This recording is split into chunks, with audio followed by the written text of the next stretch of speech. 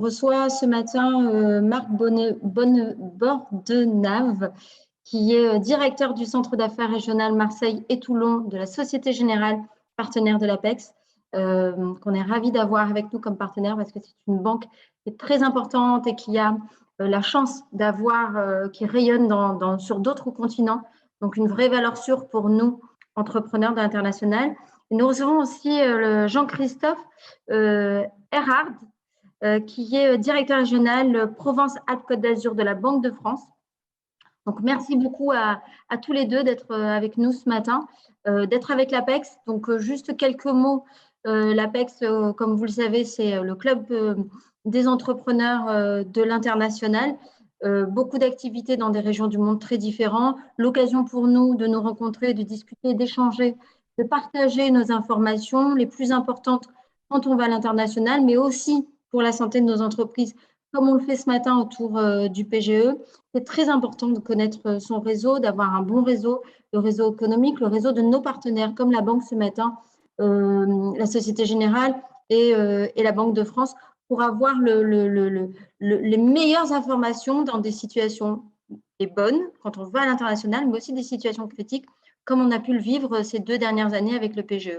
Toutes les questions autour du PGE peuvent se poser ce matin. Toutes nos interrogations, on l'a reçu. À quel pourcentage on n'a pas pu le recevoir, mais il est encore prolongé. Comment on va le rembourser? On a déjà répondu, on veut changer sa réponse. Quelles sont toutes les idées préconçues et les bonnes informations qu'on peut avoir sur le PGE? Je vous donne la main pour ce rendez-vous. Marc, merci à toi de… Ok, bien, bonjour à tous et merci Nathalie de cette introduction. Effectivement, alors moi, Société Générale, tu m'as présenté Société Générale, je vais aussi, sur un sujet comme le PGE, prendre un petit peu la voix de la Fédération bancaire française, à laquelle je suis affilié, s'agissant d'un produit extrêmement réglementé comme le PGE et qui en fait ressemble, quelle que soit la banque, enfin, les réponses des banques sont assez homogènes, hein, voilà. Donc voilà. Pour ce qui est de la Société Générale, effectivement, comme tu l'as dit, et rapidement, j'ai le plaisir de diriger la partie entreprise Société Générale pour Marseille et pour le Var. Ce qui représente un volant d'activité et de taille d'entreprise relativement significatif, et accessoirement d'être effectivement partenaire de l'APEX et d'en être fier et d'avoir à mon arrivée rencontré une équipe extrêmement dynamique et sympa, hein, voilà, par ailleurs, ce qui ne gâche rien. Donc on est ravis d'être à vos côtés et de participer à vos côtés à ce qui est un petit peu notre ADN, c'est-à-dire accompagner le développement économique de nos entreprises sur la partie exportation concernant l'APEX et plus généralement dans l'accompagnement de la croissance des entreprises de notre territoire. Voilà. Effectivement, je suis avec Jean-Christophe Erhard, le directeur régional de la Banque de France. Un vieux complice en fait, hein, enfin un complice, pardon. Oui, vieux, tu peux le dire. On s'est connus sous d'autres cieux et dans d'autres lieux, et on a toujours évidemment bien travaillé ensemble, hein, et je crois qu'il a toute sa place dans cette réunion. Et alors, avant d'aborder le PGE, je crois qu'il va faire un petit focus économique, ce qui, je pense, est d'actualité. Et donc, je vais lui laisser la parole, en tout cas, très rapidement. De suite. Merci beaucoup, hein, Marc, et merci de nous accueillir aujourd'hui. Nous sommes évidemment, et moi de manière générale aussi, très, très heureux de pouvoir partager avec vous quelques éléments de diagnostic, et surtout, hein, comme le disait Marc, on va essayer d'être le plus synthétique possible dans nos présentations, de manière à pouvoir laisser libre cours à l'échange et à vos questions. Pour le cas où nous ne saurions répondre immédiatement à l'une ou l'autre des questions, nous ne manquerions pas de vous revenir. Est-ce que donc vous voyez le diaporama affiché? Non, Jean-Christophe, là pour l'instant, ce n'est pas le diaporama qui est partagé. Et donc tout à l'heure ça marchait, hein, c'est ça, hein? Oui, c'est que je pense qu'il faut sélectionner le document. Le document n'a pas été sélectionné. Ah oui, alors je vais recommencer. Du coup, voilà, partager l'écran. Hop, et c'est celui-ci. Voilà. Ce sera mieux si je partage le bon document. Il s'affiche pour vous? Ça va pas tarder, je pense. Alors, on C'est va parfait. mettre... C'est parfait. Vous pouvez le mettre en mode diaporama et puis on est bon. Voilà, super, merci beaucoup. Alors en quelques minutes, on souhaitait vous donner l'ambiance plutôt sous l'angle du financement et de la situation financière de nos entreprises et bien entendu focusé sur Provence-Alpes-Côte d'Azur. Pour commencer, sur une moyenne période, je pensais intéressant de vous montrer quelle était cette dynamique de financement. Très rapidement, trois enseignements peuvent être tirés de ce graphique. Un, vous voyez la courbe rouge qui est l'évolution de l'encours des crédits donc aux entreprises de notre région, et en bleu celle relative à la France. Vous voyez que sur moyenne période, depuis la précédente grande crise, 2007-2008, nous sommes plutôt plus dynamique, de l'ordre de 1 point par an. Deuxième enseignement assez intéressant à noter, c'est que nous sommes donc sur la partie donc de droite que vous voyez ici, il y a vraiment un impact très fort du PGE et donc dans l'augmentation des encours de crédit, et on voit bien également que c'est à chaque fois qu'il y a une crise spécifique, et il y a un recours plus massif à l'endettement. Et troisième élément intéressant de noter, c'est que depuis environ 6 mois, on voit bien que nous entrons dans une période de normalisation de la dynamique de ce financement. Élément peut-être simplement complémentaire intéressant à noter, c'est que lorsque vous regardez un peu le même type de graphique mais par taille d'entreprise, là on est exclusivement sur Provence-Alpes-Côte d'Azur, on observe évidemment que sur moyenne période dans notre région, c'est assez serré, c'est-à-dire donc que l'intermédiation bancaire reste très significative. Mais ce qui est intéressant de noter, c'est le décrochage, si vous me permettez l'expression, le décrochage intéressant sur la partie droite donc du graphique, où en bleu vous avez donc l'évolution des de l'endettement des micro-entreprises. On voit bien que elle a été beaucoup plus prégnante sur le plan du recours à l'endettement, et donc là singulièrement au PGE, que les grandes entreprises qui sont donc en pointillé jaune, et puis les entreprises intermédiaires ou les PME donc sont entre les deux.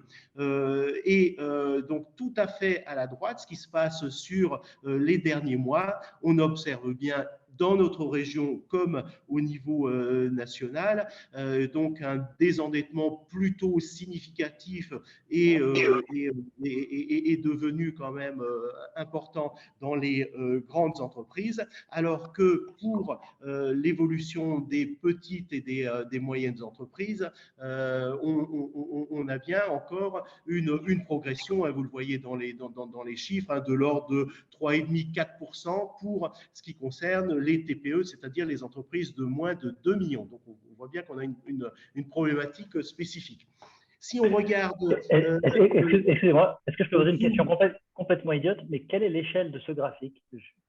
Ah, pardon, oui, oui, j'aurais dû le préciser. Oui, vous avez donc une évolution en pourcentage. C'est un glissement annuel en pourcentage. Donc, quand vous avez donc la ligne 0, ici, tout ce qui se passe au-dessus, c'est une augmentation donc en pourcentage donc moyenne annuelle des encours. Et donc là, par exemple, le dernier point ici, par exemple, pour les micro-entreprises, quand j'indique que la dynamique de financement est une augmentation en moyenne annuelle donc, sur la dernière année, donc entre janvier, puisqu'on n'a pas encore tout à fait ceux de février, mais entre janvier 2021 et janvier 2002, on voit bien, c'est le point ici, hein, donc qui est légèrement supérieur à la barre du zéro. Désolé, oui, j'aurais dû le prévoir. Et on voit bien d'ailleurs sur cette longue période qu'il y a eu vraiment, en dehors de la problématique spécifique, on l'a vu des grandes entreprises, toujours une dynamique positive hein, du financement et de l'encours de crédit. Merci, oui, j'aurais dû le préciser. Lorsque nous faisons une projection spécifique sur le PGE, là aussi, quelques enseignements. Je viens de m'apercevoir avec effroi que j'ai oublié le S, enseignement, mais ce n'est pas grave, faut avouer à moitié pardonner. Donc, intéressant de noter que la dynamique de financement dans notre région est très significative. Pardon, je vais arrêter de jouer avec dans le sens où notre poids relatif du financement bancaire au niveau national est de l'ordre de 7%. Hein, quand on regarde tous les financements confondus, notre poids, hein, qui est à peu près celui du PIB d'ailleurs, hein, un peu plus, on voit bien donc, par exemple, en nombre d'entreprises, hein, 76 000 par rapport à un petit 700 000 au niveau de la France, que nous avons, ça c'était à fin décembre, que nous avons plus que notre poids relatif donc dans l'utilisation du PGE. Deuxième enseignement intéressant, c'est que sans… Excusez-moi de vous couper à nouveau, je crois qu'on n'est pas sur la bonne page. Pardon, oui, alors là en l'occurrence, oui, on l'est parce que je ne voulais pas faire trop de slides, donc je n'ai pas,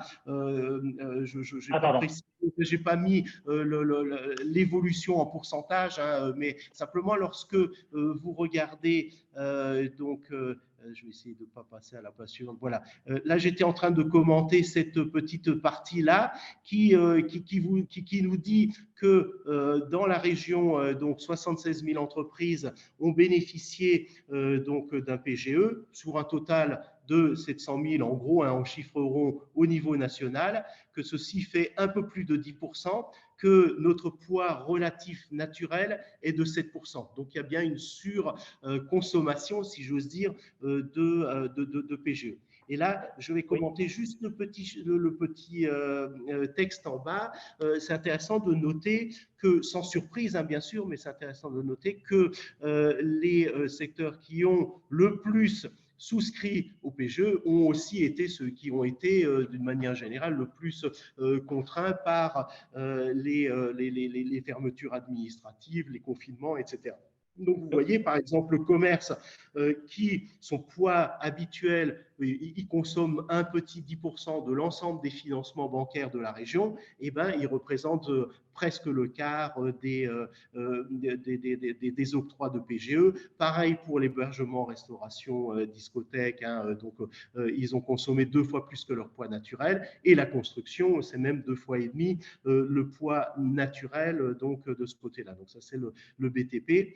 Dernier élément peut-être intéressant et structurant, c'est que dans la distribution des PGE dans notre région, nous retrouvons bien finalement notre typologie d'entreprise, hein, puisque nous avons significativement plus de micro-entreprises que le niveau national. Et là, comme vous le voyez, hein, donc le poids en nombre et d'ailleurs en montant, c'est le cas aussi. Là, je vous l'ai mis en montant, mais en nombre, c'est encore plus significatif. On a donc 43% des montants ont été distribués à des entreprises de moins de 2 millions de chiffres d'affaires contre 36 au niveau national. Je vous prie de m'excuser, mais en fait, la page que vous commentez n'est pas celle que nous voyons à l'écran. Nous sommes sur la page 2 et je pense que vous êtes sur la page 4. Ah, oui, donc du coup, j'ai dû peut-être, oui, autant pour moi. Alors, parce que nous, on voit bien le bon. Là, on la voit, ouais. C'est bon maintenant, merci beaucoup. Désolé. Hein. Ah oui, avec nos excuses, je vais rester peut-être comme ça, alors sans. Oui, il ne faut pas passer en diaporama, oui. Avec nos excuses. Hein, donc, non, c'est très bien, merci beaucoup, monsieur. Et donc, rapidement, qu'est-ce qu'on constate maintenant sur le plan de la situation donc macro et en termes de défaillance, de défaut. Là aussi, le graphique s'interprète en moyenne annuelle, hein, donc en pourcentage donc d'une année sur l'autre. Qu'est-ce que l'on constate, hein, c'est que évidemment, comme vous l'avez tous à l'esprit, les défaillances ont été en forte diminution et ont continué d'être en diminution jusqu'il y a 2 mois. Tant que vous êtes en dessous de la ligne 0, ça veut dire donc que le nombre de défaillances diminue. Si on le regarde en valeur absolue, vous avez peut-être les chiffres en tête. Avant crise, c'est-à-dire 2018-2019, en haut de cycle, dans notre région, nous avons environ entre 5000 et 5200 défaillances par an, hein, quand on est sur ce type de courbe ici. On est descendu au plus bas, aux alentours donc de 3200 défaillances. Donc ça fait quand même des diminutions, on le voit bien, de l'ordre de 35-40%. Et le pronostic de la Banque de France est que nous allons vivre un effet rattrapage. La difficulté, c'est que l'effet rattrapage, quand on est descendu à moins 40 et qu'on revient tout simplement à 5 ou 10% d'augmentation, le différentiel dans notre entreprise, ça va être 1500, 2000 entreprises. Donc, on va forcément en entendre parler, mais pour nous, c'est un effet rattrapage seulement. Et donc, nous ne sommes pas, partie de ceux qui pensent qu'il y aura un tsunami de faillite. Deuxième élément peut-être intéressant, c'est que quand on regarde la situation globale de nos entreprises par rapport à notre échelle de cotation, pour faire vraiment hyper simpliste, et vous m'en pardonnerez par avance, les cotations donc, qui sont au-dessus donc, de la part en vert là, que j'ai indiqué, cotation éligible sur notre nouvelle échelle, c'est quand même 6 entreprises sur 10 donc, qui ont une situation financière, donc à la fois structure de financement et capacité de remboursement globalement, qui sont suffisamment solides pour que la Banque de France accepte donc les opérations de refinancement des établissements de crédit. Donc c'est plutôt positif de ce côté-là. Et l'élément que je voulais ajouter, c'est que sur les 3 dernières années, cette proportion de un petit peu moins de 60% dans la région n'a absolument pas changé. C'est-à-dire qu'on ne vient pas avant de crise de 70% d'entreprises, par exemple, qui seraient bien cotées et on serait tombé à 60. Hein, c'est à un point près, on est sur la même zone. En revanche, comme vous l'observez de vous-même, hein, j'imagine, c'est que nous sommes un peu décalés défavorablement par rapport à la moyenne nationale. Donc, et ça c'est dû à 2 phénomènes. Un, notre tissu économique, hein, beaucoup plus de commerce, services marchands où les structures de financement sont quelquefois un peu plus légères, hein, et donc c'est ceci. Et deuxièmement, plutôt des plus petites entreprises, donc aussi, ce qui explique la majeure partie de ce différentiel. Mais disons que notre message est plutôt de dire que nous sortons donc de la crise sanitaire, entrons dans une autre, avec plutôt un bagage donc moyen sur le plan donc de la situation financière correcte.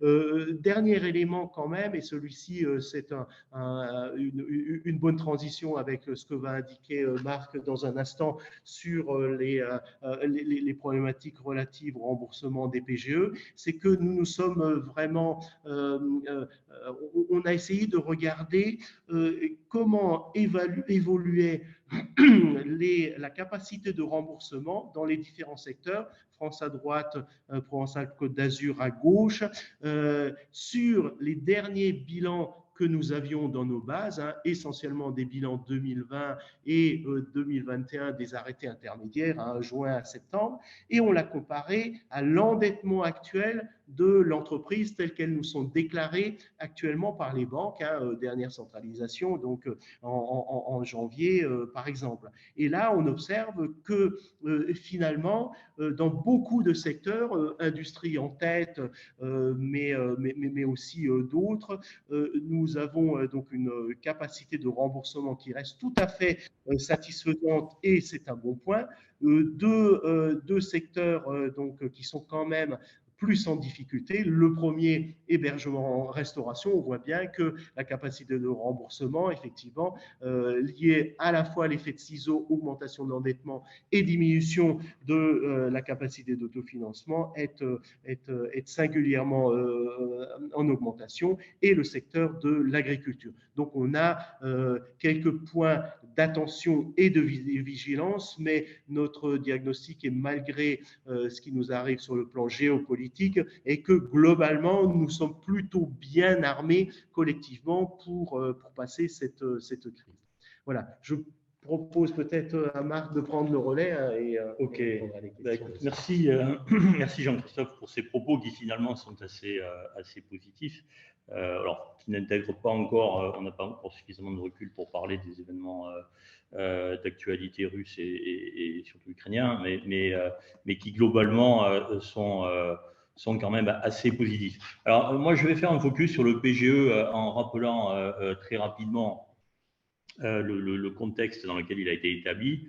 Rappelons-nous, je crois qu'en plus c'est quasiment jour pour jour aujourd'hui, le début du confinement, l'anniversaire du début du confinement, il me semble que c'était le 17 mars 2020 qu'on rentrait un petit peu en léthargie les uns et les autres par la force des choses. Voilà. PGE, il a été mis en place en 3 jours et j'imagine en 3 nuits pour en fait essayer de compenser l'effet crash dont on pouvait estimer qu'il pouvait se passer, avec une économie totalement à l'arrêt par la force des choses. Donc, j'en rappelle rapidement les principes. Donc, en mars 2020, les entreprises, et elles sont nombreuses qui ont souscrit au PGE, donc on pouvait le faire.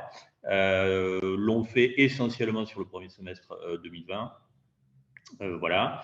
Et au bout d'un an, les choses étant ce qu'elles étaient, c'est-à-dire la crise sanitaire pas complètement résolue, comme on le sait tous, il a été décidé de mettre une franchise complémentaire sur demande en capital pour les gens qui en avaient, qui en exprimaient le besoin, ou évidemment d'assurer un remboursement total, ce que, je vais le voir après, 16% des entreprises ont choisi, donc remboursement total 16%.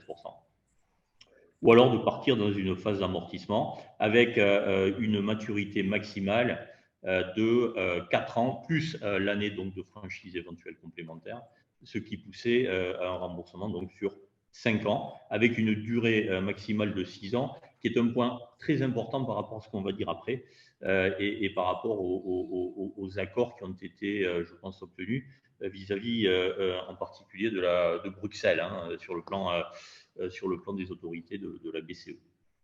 Voilà, 6 ans, maximum. Alors, sur le graphique de droite, vous pouvez, reste un petit peu, vous pouvez voir, en fait, sur un échantillon finalement assez représentatif, et qui n'est pas un échantillon régional, mais plutôt un échantillon national, on constate que, en fait, 84% des entreprises ont choisi de passer un amortissement, et en gros, une entreprise sur 2 a choisi d'amortir sur la durée la plus longue, à savoir 4 ans avec la période de franchise complémentaire, c'est-à-dire un maximum de 5 ans. Voilà un petit peu la photo de ce que les entreprises, à date, ou plutôt à fin décembre 2021, ont choisi de faire par rapport à cet arsenal. Alors, là, je vais être, je l'avoue, et je m'en excuse par avance, un peu moins fun, parce que le débat d'aujourd'hui, en fait, c'est de présenter la possibilité qui est offerte de prolonger le remboursement du PGE de 2 années complémentaires pour les entreprises qui en expriment le besoin et qui sont clairement gênées par le remboursement, l'amortissement du PGE tel qu'il a été établi, donc sur une durée de 6 ans au maximum. Et quand je dis que je vais être un peu moins fun, c'est qu'en fait, je reviens sur les accords qui ont été passés par le gouvernement français avec Bruxelles à l'origine du PGE, à savoir une durée d'amortissement de 6 ans maxi. Comme on compte tous à peu près bien, 6 ans plus 2 ans possibilité, ça ferait 8 ans. Et ça génère des conséquences assez compliquées pour l'assimilation de ce qui est une restructuration de dette et qui entraîne des conséquences assez pénibles pour les entreprises qui éventuellement y auront recours, notamment la mise en défaut, qui peut avoir des conséquences, j'y reviendrai. C'est pour cela que je dis que l'analyse de ces 2 années complémentaires est complètement différente du fameux quoi qu'il en coûte qu'on connaît tous de mars 2020, où en fait, clairement, il fallait sauver l'économie parce que c'était l'objectif évident et légitime d'ailleurs qui était à l'époque devant nous. Voilà. Donc, quoi qu'il en coûte, il fallait sauver l'économie. Et finalement, quand on regarde le taux d'acceptation des PGE par la communauté bancaire à l'époque, qui est entre 97 et 98%, on voit bien que la communauté bancaire dans son ensemble a, je crois, très très bien joué le jeu par rapport à tout ça. On va passer, et on est clairement passé de cette idée-là, du quoi qu'il en coûte, à une analyse au cas par cas. Et une analyse au cas par cas en rappelant évidemment qu'un PGE, c'est avant tout et surtout un prêt, et que donc le prêt, forcément, il faut nécessairement le rembourser pour éviter donc le fameux cas de défaut. C'est pour cela que l'augmentation du jour, enfin, dont on évoque ce jour, de 2 années complémentaires est assujettie à un certain nombre de contraintes que je vais décliner. Voilà. Je crois que la population d'entreprises qui est concernée concerne essentiellement les petites entreprises, voire les très petites entreprises, puisque dans leur immense majorité, dans son immense majorité, les entreprises qui potentiellement auront recours à ce dispositif de rallongement seront les TPE, puisque le maximum, le PGE maximum doit être de 50 000 euros. Alors, vous verrez qu'en fait, c'est un maximum qui tolère, dans certains cas, quelques exceptions. À toute règle, il y a une exception, et qui sera destiné aux entreprises qui auront un PGE de plus de 50 000 euros, avec là aussi un process un peu différent. Je parle d'un montant de PGE de 50 000 euros, toute banque, et pas uniquement 50 000 euros par banque. Ça, c'est aussi très important. Le deuxième point qui est très, très important, c'est que, et justement pour donner toute sa légitimité au process, le PGE restant un prêt, il est hyper important que la restructuration ne corresponde pas à une cessation de paiement. Et on fera intervenir des experts comptables pour justement qualifier la situation de l'entreprise et qualifier donc la difficulté à assurer un remboursement sur 4 ans, tout en étant exonéré de la cessation de paiement qui, elle, est très encadrée dans le process et pousse plutôt au tribunal de commerce avec des procédures un peu plus restrictives que sont notamment le redressement judiciaire. Donc, il faut vraiment qu'il y ait cette possibilité de redressement sans pour autant être en cessation de paiement. Alors, la ligne de crête, je l'avoue, est assez courte et sera toujours sujette à interprétation et à débat. Et c'est pour cela qu'on essaiera tous ensemble de les mener de façon la plus responsable possible et bien évidemment avec le chef d'entreprise et ses conseils. Voilà. Ça, je pense qu'on peut aller assez rapidement. Voilà. Comment fait-on? Quel est le process pour saisir une demande de restructuration, une demande d'augmentation de délai de PGE, de remboursement de PGE? Le premier point, c'est d'aller voir son expert comptable. et de faire un point avec lui sur la situation prévisionnelle de trésorerie à 12 mois, évidemment, hein, qui sera un élément qui sera demandé par les banques lorsque le dossier arrivera, un état des dettes fiscales et sociales, hein, évidemment, et clairement tout autre document qui permettra de justifier que l'entreprise est en difficulté, je le disais tout à l'heure, mais qu'elle a quand même une possibilité de rebond, et en tout cas qu'elle n'est pas en état de cessation de paiement, auquel cas malheureusement il n'y aura pas de solution par rapport à ça. Suite à ça, on ira voir sa banque. On ira voir sa banque avec, en présentant les résultats de la première partie, hein, du discours avec l'expert comptable. Voilà. Et la banque fera son étude, fera son analyse et surtout validera le fait que le dossier tel qu'il est proposé soit complet. Et on arrivera à la troisième étape. Vas-y, s'il te plaît. Voilà. Qui sera la saisine de la médiation du crédit. Alors, la médiation du crédit, elle est faite sous l'autorité de la Banque de France. Donc, Jean-Christophe est vraiment très concerné par rapport à ça. Mais c'est via la saisine de la médiation du crédit et après avoir vu, dans un premier temps, l'expert comptable, dans un deuxième temps, son banquier, que le dossier sera analysé, validé et argumenté par les équipes de la médiation du crédit pour obtenir ces fameux 2 années complémentaires. Un point super important. Le PGE, dans une large majorité des cas, ne sera pas l'unique endettement, l'unique dette de la société qui le portera.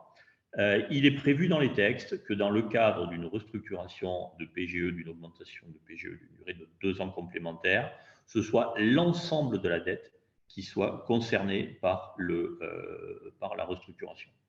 En d'autres termes, si en plus du PGE, vous avez un crédit, hein, quel qu'il soit, je crois qu'il y a quelques exceptions, notamment sur le parti du crédit bail, mais globalement, un crédit classique, quel qu'il soit, si vous restructurez votre PGE, en même temps, vous entamerez un débat de restructuration de l'ensemble de votre dette, ce qui trouve tout son sens, puisqu'en fait, l'idée, c'est de dégager un cash suffisant pour justement ne pas mettre l'entreprise trop en difficulté par rapport aux contraintes qui sont devant elle. Voilà. Ça, c'est super important. On négocie, on renégocie, on restructure l'ensemble de la dette. Vas-y.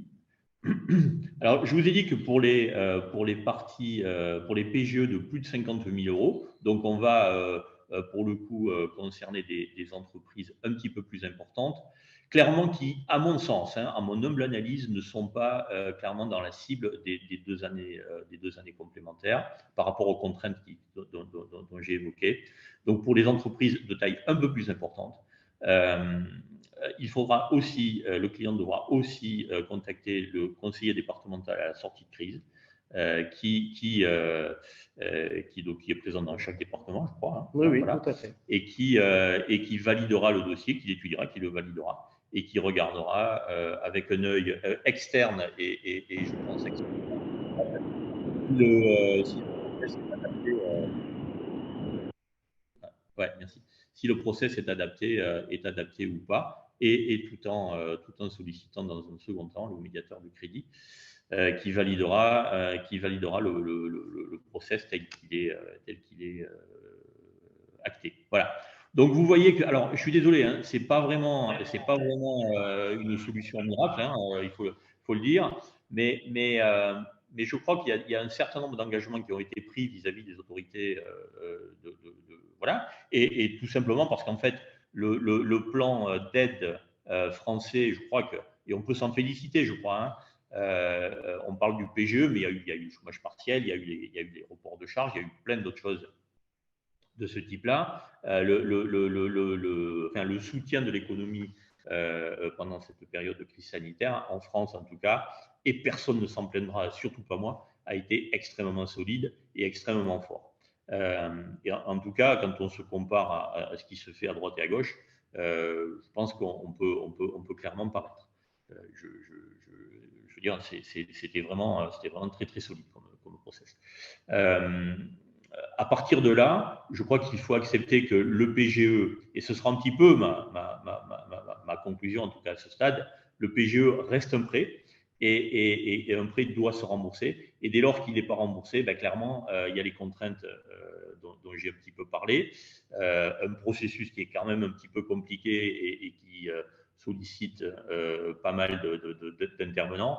Et derrière, et ça c'est pas la moindre des contraintes, une mise en défaut.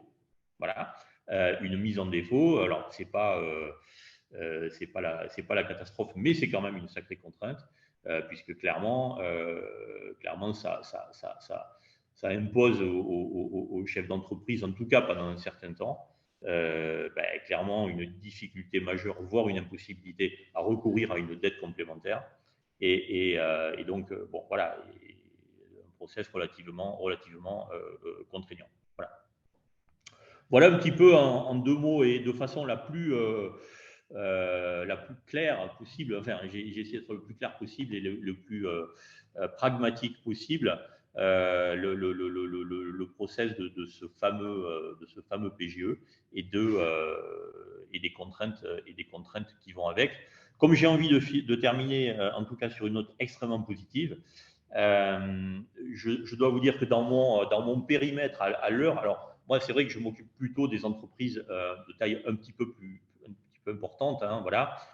Mais à l'heure où je parle, à la minute où je parle, je n'ai pas encore eu une seule demande de saisine d'augmentation de 2 années complémentaires. C'est vrai que le sujet est encore assez jeune, mais ça date de quelques semaines, hein, voilà. Et à ce stade, pour le moment, on n'a pas été sollicité par rapport à tout ça. Voilà. Alors, j'avoue que j'ai pas eu j'étais pris hier à 16h quand Jean Castex a fait son intervention sur le plan de résilience. Et comme vous, j'imagine, ce matin en buvant mon café, j'ai regardé ce qui avait été dit et il a effectivement parlé, Bruno Le Maire et Jean Castex ont effectivement parlé d'un nouveau PGE qui consisterait à porter le pourcentage de chiffre d'affaires qui est encore figé à 25, comme vous le savez, de le porter à 35% jusqu'au mois de juin 2022. Voilà, donc une possibilité complémentaire de solliciter un PGE. Et on commence à entendre parler d'un nouveau PGE à partir du 2e semestre 2022. Je suis vraiment désolé parce que je n'ai pas du tout là, les décrets d'application, mais qui concernerait les secteurs un peu plus touchés à la fois par les problématiques d'augmentation de prix de matières premières et surtout des prix des carburants, ainsi que les entreprises directement touchées par le conflit russo-ukrainien. Voilà. Là, pour le moment, c'est ce qui a été annoncé hier. J'ai absolument aucun décret d'application et à part ce que je viens de dire, je serai assez sec pour répondre à des questions par rapport à tout ça, malheureusement. Voilà. Merci beaucoup, Marc. Anna, est-ce que tu as reçu des questions préalablement Oui, elles ont été communiquées à Marc et Jean-Christophe. Vous y avez peut-être déjà répondu en partie sur les questions. Oui, il y avait une question qu'on n'a peut-être pas évoquée encore directement ou indirectement. C'était une question relativement, entre guillemets, technique sur le type d'éléments comptables que nous pouvions prendre en compte pour donc calculer le montant maximal du PGE à hauteur des 25% ou dans un certain nombre de secteurs de la masse salariale. Je pense notamment aux entreprises innovantes. Donc, effectivement, nous avons regardé avec notre siège sur le fait de savoir s'il y avait ou non à court terme une évolution donc de la réponse qui figure dans la foire aux questions. On pourra toujours renvoyer le lien donc de cette foire aux questions. Malheureusement, non. C'est-à-dire que pour le moment, Bercy considère que le dernier bilan de référence sur lequel on doit s'appuyer est bien 2019, le cas échéant 2019-2020, mais en tout cas ni fin 20 ni fin 21. On a fait savoir qu'effectivement, dans un certain nombre de cas, notamment pour les entreprises dont l'activité aurait pu croître, il y aurait un intérêt à. Donc on a fait remonter, on ne manquera pas de revenir vers vous. Cela étant, ce que vient de dire Marc sur l'évolution donc de l'enveloppe de 25 à 35, on peut imaginer, encore une fois, on reste prudent parce que les décrets, comme tu dis, Marc, ne sont pas encore parus. Enfin, en tout cas, il n'y en a pas encore les instructions précises, mais on peut imaginer que les autres formes d'enveloppe pour mesurer le PGE vont être adaptées également dans cette proportion donc d'augmentation de l'enveloppe. Mais pour le moment, à ce jour où on parle, il n'est pas possible de prendre en compte la masse salariale, par exemple, des bilans 2020 à la place de 2019, malheureusement. Une question très pratico-pratique. On dit le PGE est prolongé. Donc, à qui s'adresse-t-il? Les entreprises qui n'ont pas demandé le PGE pendant la première année, en tout cas quand il a été proposé de suite, ou les entreprises qui n'avaient pas un bilan qui était en création et qui n'avaient pas un bilan complet d'une année d'activité? À qui ce prolongement du PGE s'adresse-t-il, outre les entreprises qui n'ont pas demandé de PGE ou qui ont demandé un PGE partiel? Tout le monde, Nathalie, tout le monde peut accéder au PGE tel qu'il a été imaginé en mars 2020 et tel qu'il est toujours actif aujourd'hui. Aujourd'hui, tu me demandes un PGE, je vais le monter et jusqu'au 30 juin 2022, avec ce qu'on a dit par rapport à l'évolution de juillet annoncé pour juillet 2022, encore tous les décrets par rapport à ça. Mais aujourd'hui, quelqu'un qui me demande un PGE, je l'analyse et je le regarde. Y compris un complément de PGE. Y compris un complément de PGE. Quelqu'un qui aurait utilisé 25%, qui demande des 10% supplémentaires, il va y avoir un examen. Mais pour donner, tu vois, moi j'aime bien donner ce comparatif pour bien figer les choses. Sur le premier semestre 2020, donc vraiment la pleine activité de PGE, dans mon activité, dans mon équipe, on a mis en place l'équivalent de 2 années de production, si je peux dire, de crédit moyen terme en 3 mois. 2 années, tu vois. Alors, c'est pour vraiment qualifier l'intensité du recours au PGE à ce moment-là. Voilà. Et depuis la fin du premier semestre 2020, bien sûr, on a encore eu sur le deuxième semestre 2020 des recours des demandes de PGE jusqu'à la fin 2020, mais beaucoup moins. Et 2021, il faut être clair, quoi. On en a, je sais pas, c'est 5%, quoi, maxi. C'était l'essentiel a été fait. Et certains sont revenus 2 fois, non, je ne connais pas des 2 fois, mais 1 fois, voilà, pour avoir un complément, parce que la visibilité sanitaire n'était pas, enfin de la sortie de la crise sanitaire n'était pas encore extrêmement claire, et on préférait être prudent et avoir la ressource financière, le cash, et je parle à des patrons donc d'entreprises, donc quand on a du cash, bon, au moins on est tranquille, on est serein par rapport à ça, et il faut le dire, et tant mieux. Il y a eu très peu de défaillances, Jean-Christophe l'a dit, en 2020 et en 2021. Le coût du risque bancaire a été très bas en 2020 et en 2021, probablement grâce aux mesures d'accompagnement, mais aussi et surtout parce que les chefs d'entreprise, il y en a en face de moi, et voilà, vous avez eu la prudence de recourir au PGE pour être certain d'avoir la ressource, quoi, en fait. Mais c'était de la prudence plus que de la nécessité. Voilà. Bon, maintenant, on va rentrer maintenant à partir du mois prochain dans les grosses phases de remboursement. Voilà. Clairement, bien sûr, on regarde ça avec beaucoup d'attention, mais clairement, enfin, dans mon équipe, en fait, hein, moi, je ne vois pas arriver pour l'immense majorité des entreprises de difficultés majeures de remboursement sur l'année qui vient.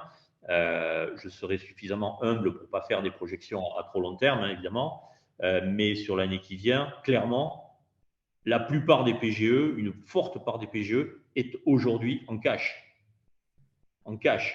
Et ce qui d'ailleurs pose d'autres problèmes avec des taux d'intérêt négatifs, hein, je veux dire. Mais ça, c'est plus un sujet de banquier que voilà. Mais aujourd'hui, les encours de cash ont progressé de façon hyper importante grâce au PGE. Et également en conséquence, les recours au crédit court terme, à la facturage de couvert, à l'escompte, d'AI et tous les crédits court terme ont fortement baissé, ce qui d'ailleurs nous pose un autre sujet de réflexion à vous banquiers pendant la période du PGE. Mais c'est super, c'est logique et c'est super. Ça veut dire en fait que la situation, elle n'est pas à l'heure où je parle. Il y a beaucoup de bois dans cette salle, donc du bois. Ça veut dire que la situation est bonne, quoi. Voilà. Si tu me permets, Marc, juste une petite intervention complémentaire. On a parlé du défaut bancaire en cas de restructuration des PGE. Je voudrais juste compléter, si tu permets, Marc, par rapport à la cotation de la Banque de France, parce que ça peut inquiéter un certain nombre de chefs d'entreprise et on le comprend bien volontiers. Le premier élément, c'est qu'on fera bien la distinction entre les petites entreprises et les entreprises pour lesquelles on qualifie le risque, c'est-à-dire celles qui ont un chiffre d'affaires de plus de 750 000 €. Pour les petites entreprises, celles qui ont un chiffre d'affaires inférieur à ce montant-là, il n'y aura pas de conséquences directes par rapport à la Banque de France. Donc, c'est totalement neutre de ce côté-là parce que la Banque de France ne qualifie pas le risque et ne refinance pas les créances qu'ont les établissements de crédit sur les entreprises. Sur les plus grandes, ce qui est intéressant de noter, c'est que l'Europe et donc la BCE par cette entremise nous défend d'accorder à des entreprises en défaut une cotation éligible. Mais dans la granularité telle qu'on vous l'a très rapidement, et j'en conviens, présenté tout à l'heure, vous vous souvenez, il y a jusqu'à une cote, je ne veux pas être trop technique, mais quand même jusqu'à une cote 4+, ça c'est plus possible parce qu'effectivement la Banque de France accepte le refinancement des établissements de crédit, mais tout de suite en dessous il y a une cote 4 qui est quand même pas mauvaise, il faut le dire. Et donc là le message vous me voyez venir que j'adresse vraiment aux chefs d'entreprise, c'est quand il y a une restructuration et que vous avez des éléments opposables en disant bon ben ok j'ai augmenté mon haut de bilan, ok j'ai fait les réformes nécessaires, j'ai un carnet de commandes bien orienté, etc. N'hésitez pas à le communiquer vers nous de façon à ce que nous, automatiquement, on ne vous mette pas une cote 6 pour les spécialistes de la question, enfin, c'est-à-dire vraiment en bas de l'échelle, parce qu'on a tout à fait cette possibilité s'il y a des éléments qui nous permettent de remonter la cote. Il ne faut pas hésiter. Oui, faut bien préciser que c'est toujours…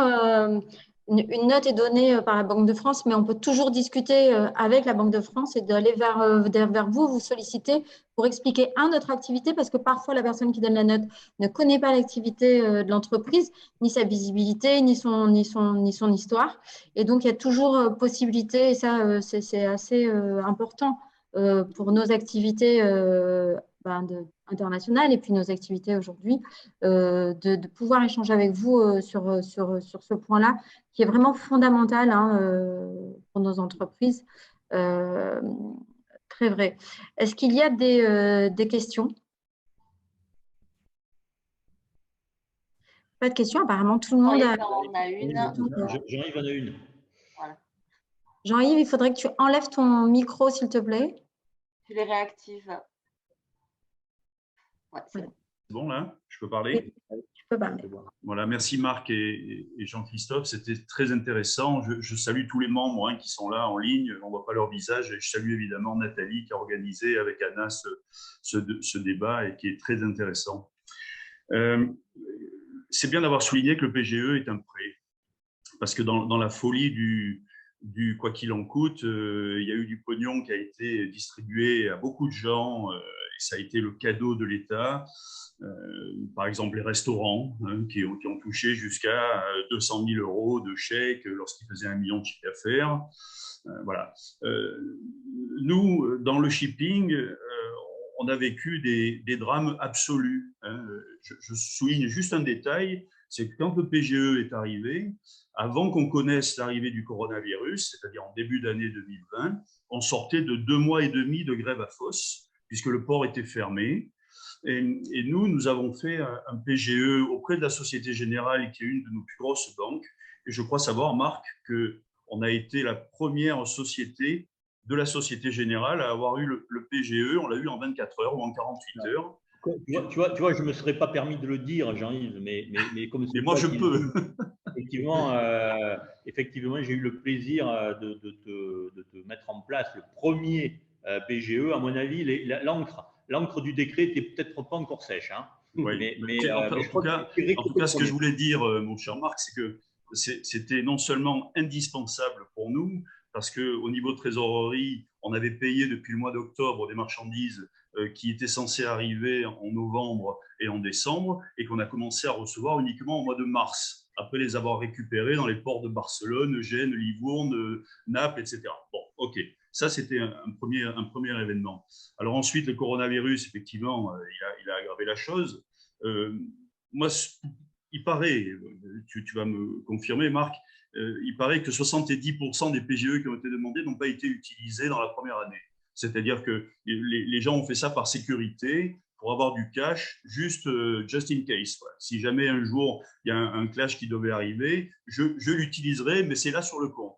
Alors, ma première question, est-ce que c'est vrai ou pas? Ouais. C'est exact. Je le disais un petit peu tout à l'heure, c'est ultra vrai. Sans vous abreuver de chiffres,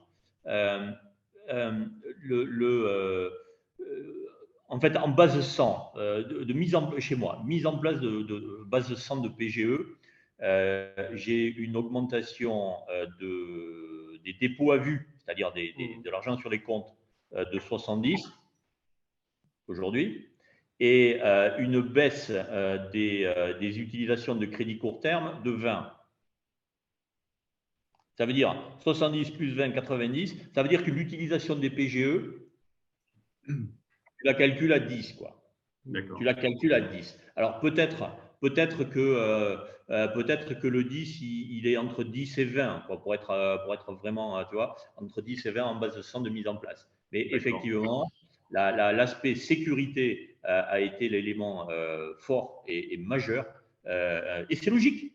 C'est logique. Tous les chefs d'entreprise que j'appelais moi, au mois de mars 2020, je veux dire, ils avaient à peu près la même visibilité que nous. C'est-à-dire, OK, on ferme jusqu'à quand on ne sait pas. Qu'est-ce qu'on a devant nous? Comment on va se soigner? Comment ça va se… Voilà. Donc, si tu veux, c'était logique d'avoir cette crainte, cette anxiété et d'utiliser les dispositifs à disposition. Hein. Voilà. D'accord. Alors, pour continuer dans l'histoire dramatique qu'on a vécue pour tous ceux qui sont dans l'importation et dans le transport maritime en général, 2020-2021 a été un véritable choc frontal, puisque l'année 2021 a été historique. On a eu des taux de fret qui ont été multipliés presque par 10 en quelques semaines. Et nous, dans notre petite exploitation, puisqu'on ne fait que 25 millions de chiffre d'affaires, on a passé un poste de transport sur achat qui a flambé de 3 millions d'euros. Donc, on a perdu et qui est venu en déduction, effectivement. Alors, nous, on ne nous a pas fait de cadeaux. Hein. On n'est pas dans la rubrique de ceux qui ont eu la main tendue pendant toute l'année ou pendant 2 ans. Voilà. Donc, ma question, elle est, comme on va vers un choc pétrolier mondial en ce moment, et que certainement, je vois que l'État recommence à donner un peu de pognon aux pêcheurs pour qu'ils aillent faire le plein. On leur a donné 35 centimes, etc. Bon, il n'y a pas que les pêcheurs qui sont impactés. J'imagine que les taux de fret qui sont en train de remonter de façon très, très importante, j'imagine que ce choc pétrolier, on ne sait pas où on va, peut-être qu'il va y avoir une guerre beaucoup plus importante, mais peut-être qu'elle va se calmer. En tout cas, on est tous très, très impactés, aussi bien le consommateur qui, de toute façon, va payer. Le consommateur final va payer une inflation qui va être galopante. J'entendais ce matin le patron, M. Scheffer de Système U, qui témoignait là-dessus, et il disait qu'effectivement, 75% des huiles de tournesol viennent d'Ukraine, et que dans 6 mois, tous les produits qui ont de l'huile de tournesol dans les produits alimentaires auront une progression de prix de 25 à 30%, et qu'il faudra se tourner vers d'autres pays, etc.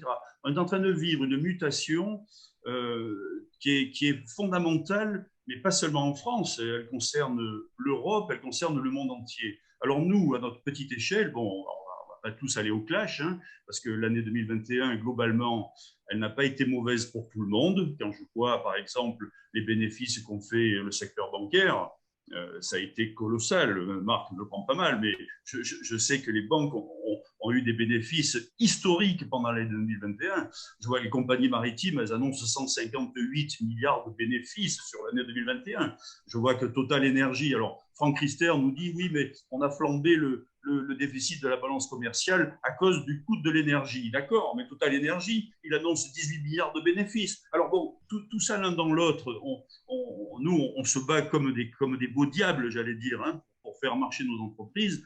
Alors ma question, c'est en 2022, puisqu'on est là dans la bouse, hein, on se bat tous les jours pour essayer de faire avancer nos entreprises, de créer de la richesse, de créer de l'emploi et de se battre, etc.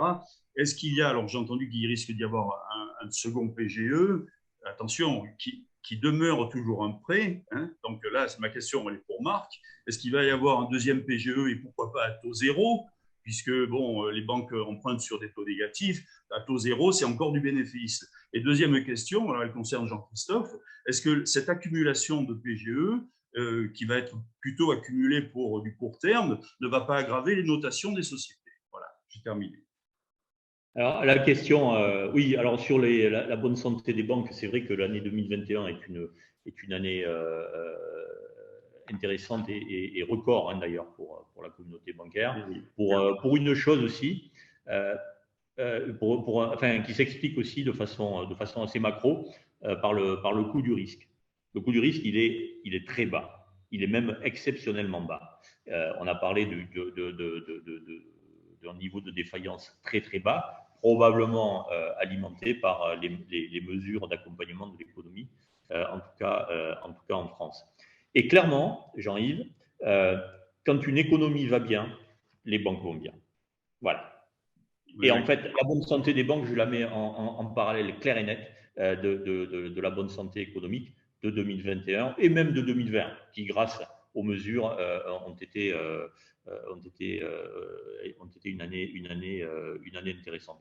Deuxième question, est-ce qu'il y aura un PGE? Oui, PGE, on en a parlé un petit peu. Il y aura, depuis hier, annoncé hier par Jean Castex et le maire, il y aura un deuxième PGE, il y aura un PGE actuel porté de 25 à 35% du chiffre d'affaires. Donc, c'est une marge de sécurité complémentaire. Et futurement, de façon prospective, un deuxième PGE à partir de juillet 2022 qui s'adresserait plutôt, si j'ai bien compris, aux entreprises clairement concernées, soit par une augmentation des coûts du pétrole, des matières premières, voire du frais peut-être, je ne sais pas, à voir, et les sociétés directement impactées par le conflit russo-ukrainien.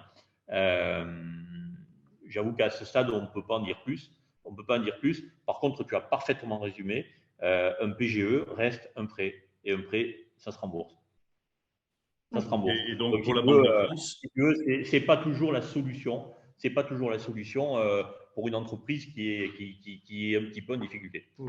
On peut juste peut-être ajouter que de ce qui a été dit hier, si j'ai bien compris, par le Premier ministre, il charge notre ministre de l'économie, des finances, la restructuration, de définir justement les critères qui serviraient de base aux aides donc de ces secteurs, hein, ils ont beaucoup insisté sur le fait que ça devait être ciblé et ont été cités, hein, vous avez peut-être entendu comme moi, hein, il fallait que le poids énergie, matières premières impactées par la crise représente plus de 3% du chiffre d'affaires. Il fallait que cet impact soit suffisamment important pour que l'entreprise, toutes choses égales par ailleurs, fasse des pertes et que l'État prendrait pour moitié en charge ces pertes. Voilà. Et il a commencé à donner 2-3 indications, mais bon, ne faisons pas l'histoire avant l'histoire.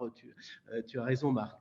Pour ce qui concerne la cotation de la Banque de France, alors en préambule, dire que dès lors que vous avez, comme l'exprimait Marc tout à l'heure, à la fois une augmentation de votre endettement, c'est-à-dire un PGE, admettons, de 100, et une augmentation de la trésorerie de 100, nous, on va considérer dans l'analyse financière que c'est un PGE de confort dans le bon sens du terme, hein, on achète de la sécurité, si j'ose dire, et c'est tout à fait bien. Et donc, on va neutraliser l'impact de l'endettement. On ne va pas venir vous dire, ah oui, mais attendez, vous êtes passé d'un taux d'endettement de 100% à 250%, donc pouf, on vous dégrade la cotation.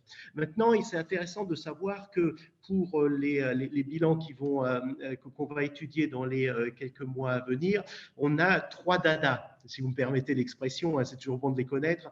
Le premier, ça vous semblera, j'imagine, assez évident, c'est comment le chef d'entreprise peut nous démontrer qu'il n'est pas devant un mur de dette liquide. Autrement dit, vous pouvez très bien, je ne dis pas mourir, mais presque, en étant en bonne santé. Hein. Vous avez des carnets de commandes, vous avez tout ce que vous voulez, sauf que vous avez une capacité de remboursement de 100 et puis vous avez une dette liquide de 200. Donc, comment effectivement vous nous assurez qu'on peut avoir une certaine visibilité sur la trésorerie? Ça semble assez bien. Deuxièmement, comment est-ce que vous, dans vos perspectives, vous pouvez nous rassurer sur le fait que le business as usual revient. Autrement dit, OK, il y a peut-être une année difficile, peut-être 2 années difficiles. Qu'est-ce que vous mettez en place pour qu'il puisse y avoir donc un redressement et qu'à moyen terme, on puisse retrouver